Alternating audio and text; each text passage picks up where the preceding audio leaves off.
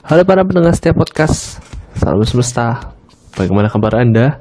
Kembali lagi bersama Caster yang apa? Hanya di podcast Debak, tempat di mana kamu bisa belajar tentang sains, teknologi, serta tips dan trik menarik yang berhubungan dengan sains atau teknologi itu sendiri tentunya. Di kesempatan kali ini, karena kemarin kita bahas sisi gelap sosial media, maka kita kali ini akan membahas sisi terang, tapi kita akan membahas sebuah statistik. Ya, kita akan bahas sebuah statistik di mana pertumbuhan dari penggunaan internet di dunia, terutama di Indonesia itu semakin berkembang. Dan perlu kita sadari bahwa ada 3,8 miliar orang yang menggunakan sosial media. Ini kita sosial media di sini merupakan survei di mana satu orang memiliki satu atau berbagai macam akun. Yang penting dalam satu sosial media orang tersebut punya akun, entah akunnya ada 20 lah, 100 lah, ini tetap dihitung satu. Secara itu, bahwa tren yang ada sekarang itu memang mengatakan penggunaannya ini paling banyak melalui dari ponsel sebanyak 67%. Dan penggunaan ini semakin ditegaskan dengan internet itu mencapai 4,54 miliar dari pertumbuhan yang ada pada penggunaan internet. Sementara keaktifan dalam sosial media itu tadi data yang tadi 3,8 ya. Tapi total populasi di dunia itu padahal 7,75 miliar.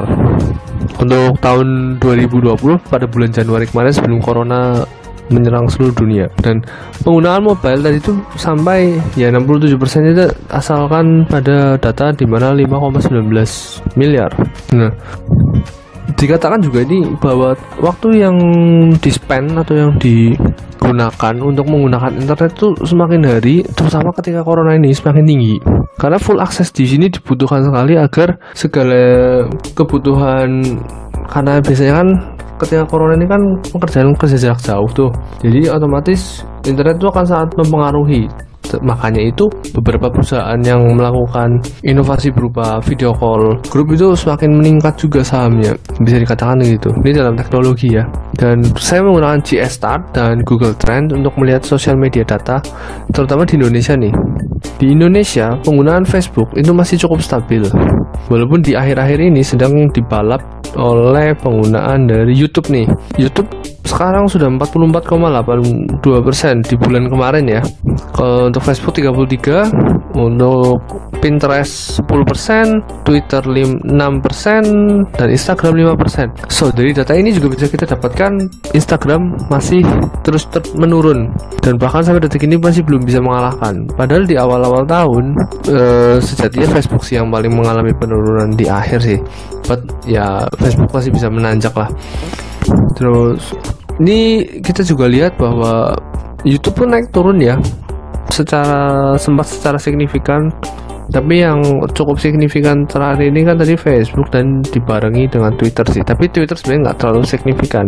Kita bahas juga di mana data-data ini ada dari Google Trend. Google Trend mengatakan dalam 3 bulan kemarin, daripada berarti bulan sekitar ya bisa dibilang bulan April ya. April itu masih stuck banget nih penggunaan Facebook, Instagram, dan Twitter. Tapi masih paling merajalela tetap Facebook. Pasti banyak yang bertanya, kenapa Facebook bisa merajalela di bidang sosial media tanpa disadari gini teman-teman. Facebook merupakan salah satu media sosial yang bisa digunakan oleh beragam umur, baik dari yang masih muda hingga yang paling tua. Paling tua itu sekitar 65 itu masih bisa menggunakan Facebook. Kenapa demikian? Karena Facebook bukan karena tahun luncurnya, tapi user interface-nya Facebook termasuk yang cukup mudah. Pertama, yang kedua ya karena kebutuhan utama dari sosial media adalah untuk berhubungan satu sama lain di jarak yang jauh, dan sebagai alternatif bertelepon, Facebook tuh juga cukup mudah gitu loh, dengan adanya fitur chat kepada add friend tuh kan awalnya kan. Nah seperti itu. Dan Facebook itu memiliki kemampuan untuk memberikan circle hubungan secara baik, seperti itu. Jadi pahami ya. Dan penggunaan range umurnya itu cukup terstruktur untuk Facebook dibanding Instagram, karena Instagram itu penggunaannya rata-rata itu berasal dari kalangan ya generasi umur 30 tahun ke bawah. Apakah nggak ada yang di atas itu? Ada, cuma tidak banyak. Secara data tidak banyak. Kalau Twitter bagaimana? Twitter sejatinya itu sudah digunakan oleh banyak banget orang yang beragam umur juga sebenarnya, but Twitter sempat ditinggalkan, tapi sekarang sudah menuju puncak lagi. Oleh karena itu sekarang Instagram kadang sempat disusul oleh Twitter sebagai data. Nah, pada penggunaan di Indonesia sendiri sekarang Twitter mulai melonjak sejak adanya perubahan dalam fitur-fitur ya. Twitter juga nggak mau kalah kan. Jack Dorsey itu juga pinter. Dan ada juga pertanyaan gini, inovasi itu apa saja yang dibutuhkan dalam penggunaan sosial media? Kalau dalam penggunaan sebenarnya nggak ada, tapi dalam pembangunan sosial media pastinya harus ada selalu fitur rutin, di mana fitur tersebut menjadi suatu inovasi. Tapi biasanya ketika seseorang memiliki suatu fitur terbaru, maka sosial media lain lambat atau cepat akan mengikuti tren tersebut dan menjiplak sebenarnya, menjiplak adanya fitur inovasi tadi. Terus kenapa nggak bisa dituntut pertama? Itu inovasi dan penerapannya masing-masing. Pasti tetap ada perbedaan yang nggak bisa kita salahkan juga. Kalau misalnya kenapa di Twitter sekarang mulai ada Snap kan katanya kan, itu kan aslinya kan dari Instagram kan, ya itu wajar. Karena melihat pengaruh dari penggunaan masyarakat saat ini, nggak bisa dibilang salah atau benarnya, tapi lihat efisienkah atau sudah menjadi ciri khasnya sendiri kah. Nah, kita lihat juga pada Juni bulan kemarin Pinterest masih bertahan di 10%, Twitter di 6%, Instagram di 5,27%, Tumblr 0,27%, Facebook 33,35%, YouTube 44,82%.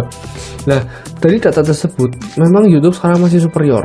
Kita nggak bisa mendapatkan data TikTok karena TikTok masih termasuknya baru ya. Tapi TikTok juga memiliki powerful impact yang cukup baik untuk para user-user yang ingin mencari ketenaran di sosial media lain. Karena sekarang gini, ketika seseorang ditanya untuk mendapatkan informasi lebih baik melihat video atau melihat gambar, ya tentu rata-rata orang menjawabnya melalui video. Itulah mengapa YouTube semakin digemari. Padahal sejatinya YouTube itu memakan cukup besar dalam kuota ya, nggak usah dipungkiri juga.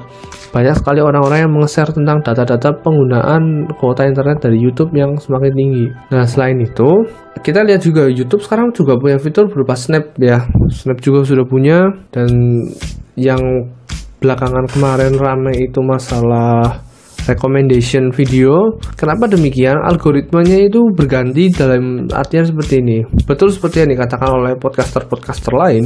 Sekarang yang akan didulukan adalah searching, bukan subscribe. Kenapa demikian? Itu menjadi suatu sentimen analisis agar YouTube sendiri mengetahui pasar loh. Dan YouTube sebenarnya juga punya filter komen kan, punya filter konten kan. Nggak cuma itu aja, banyak banget yang dimana bisa secara otomatis memisahkan ini dampaknya baik atau tidak kepada pengguna. Nah, teman-teman perlu sadari, kalau teman-teman sadar kenapa sekarang ada YouTube Kids, YouTube Musik, itu adalah salah satu langkah yang dimiliki YouTube agar lebih mendekatkan pengguna, agar juga lebih spesifik ya. Dan sekarang YouTube utama lebih baik digunakan untuk menonton video-video vlog, video-video tutorial, video-video ya intinya yang keren-keren lah. Tapi kalau untuk mendengarkan musik jauh lebih diutamakan menggunakan YouTube Musik seperti itu. Nah, untuk Kids, nah kenapa ada YouTube Kids? Jadi ceritanya itu kita akan melihat anak-anak sekarang kan sudah nggak bisa lepas dari yang namanya gadget kan. Nah, kalau nggak ada YouTube Kids, maka segala informasi, segala konten tuh nggak bisa disaring dengan tepat. Nah, para konten kreator akhirnya dipaksa agar kalau memang Anda ingin kontennya untuk anak ya, maka Anda harus ketahui betul masalah ini dan harus memang sesuai dengan kategori yang ada agar tidak memiliki dampak yang buruk pada anak-anak yang menggunakan layanan YouTube sendiri. Ya, kalau dulu nggak punya filter, sekarang sudah punya filter. Jadi anak-anak dirasa itu nggak mungkin yang namanya sampai salah melakukan searching, sampai salah menonton video. Apalagi orang tua juga sekarang kan lebih sering untuk mendampingi, karena kan melihat dari pola masyarakat dunia ya. Dan perlu teman-teman sadari juga bahwa setiap regional itu memiliki algoritma yang berbeda. Mengapa demikian? Karena pola pikir masyarakat tidak sama. Jika membandingkan pola pikir orang Indonesia misal dengan Amerika, dengan Inggris atau apa, itu nggak bisa disamakan. Nah, terus apakah ada pengaruhnya pada user? Ya, bisa dibilang ada, bisa dibilang juga enggak. Karena tergantung dari mindset dari user sendiri. Pengaruhnya gimana? Ya, pengaruhnya itu untuk para content creator. Makanya kan podcaster lain pun mengatakan tolong diklik tombol loncengnya. Itu kalau kita membahas YouTube ya. Jadi yang paling baru dalam YouTube itu memiliki fitur berupa join untuk diklik untuk dibayar. Kenapa demikian?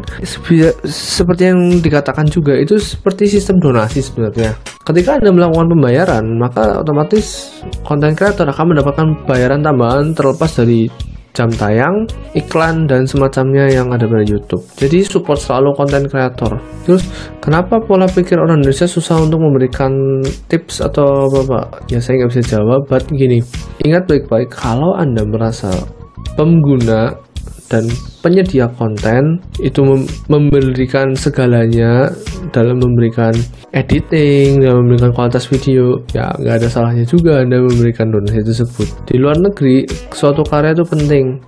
Ingat, karya itu memiliki copyright tersendiri oleh para pemiliknya, oke? Jadi seperti itu. Oke, kita bahas Facebook untuk sedikit aja. Facebook sekarang juga seperti YouTube, mau nggak mau juga terus berubah. Sekarang fungsi fanpage itu sangat beragam.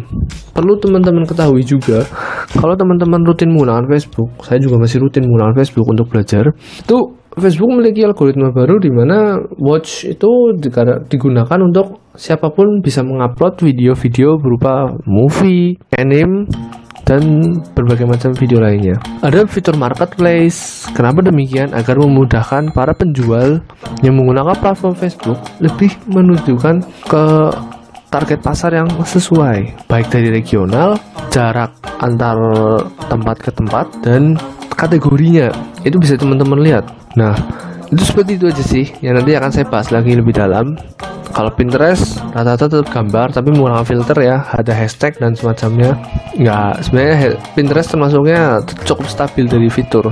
Dia mengembangkan terus agar pengguna semakin mudah mengetahui ya, dan intinya tetap hampir seperti Instagram, but ini lebih ke ya kategori-kategori. Beda kalau Instagram itu kan lebih ke bebas. Nah, Twitter sejak mulai perubahan di tahun 2017 akan jumlah karakter dan banyak kemudahan untuk memberikan thread, Twitter semakin berkembang lagi. Nah, di Indonesia sendiri perkembangan Twitter juga bagus. Sekarang sudah bisa upload video dengan durasi yang cukup lama. Terus untuk konten-konten kreator juga didukung oleh fitur konten kreator. Kalau teman-teman sharing video itu nanti bisa diketahui kok kalau buka lewat web. Terus hashtag semakin relevan dan banyak kemudahan fitur berupa retweet juga, retweet dibarengi dengan komen. Itu salah satunya. Itu yang diutamakan dalam Twitter sekarang. Kemudian kita buka Instagram bisa dibilang turun untuk beberapa waktu ini. Kenapa demikian? Karena masyarakat Indonesia cenderungnya itu udah mulai jenuh dengan orang-orang yang pamer dan orang-orang yang ya hanya menyajikan konten-konten yang kadang kurang menarik. Bisa dibilang seperti itu.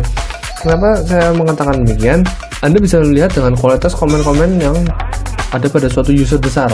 Bukan berarti orang Instagram nggak berpendidikan ya. Instagram berpendidikan. But bisa dilihat lah. Terus pertama dulu nggak usah kita bahas lah ya, karena itu sedikit. Yang terutama kelima besar ini. Kenapa Pinterest masih sering digunakan? Itu banyak yang bertanya dan akan saya jawab. Pinterest memiliki kemudahan untuk men-save foto, kan kadang orang-orang butuh foto-foto dari konten-konten menarik juga untuk membuat sebuah video, karena sekarang kan video juga bisa di-render dengan beragam gambar dengan durasi tertentu kan. Nah, seperti itu.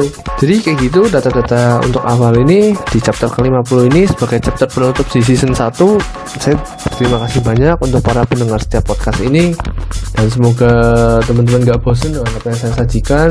Dan untuk tema-tema data-data seperti ini mungkin akan ada jilid selanjutnya, chapter selanjutnya. Jadi jangan bosan-bosan, saya akan selalu membagikan apa sih yang ada dalam sosial media, apa yang ada dalam teknologi saat ini, dan mungkin besok kita akan juga memberikan tips dan seputar sains juga yang kadang nggak terpikir oleh kita. Dengan begitu teman-teman juga belajar dan lebih tahu bahwa apa yang ada di sekitar kita tuh sebenarnya nggak jauh-jauh lah, dan memiliki manfaat yang banyak banget untuk dimanfaatkan tentunya. Dan gitu, jadi begitu aja semuanya yang sudah saya katakan. Gunakanlah sosial media dengan bijak ya. Dan saya juga selalu katakan, saya juga selalu menggunakan sosial media saya dengan bijak, dan saya selalu mengusahakan untuk tidak menyerang pengguna lain seperti itu. Terima kasih sudah mendengarkan, dan jaga selalu kesehatan di rumah, dan sayangilah keluarga juga. Terima kasih, sampai jumpa di chapter selanjutnya. Bye bye.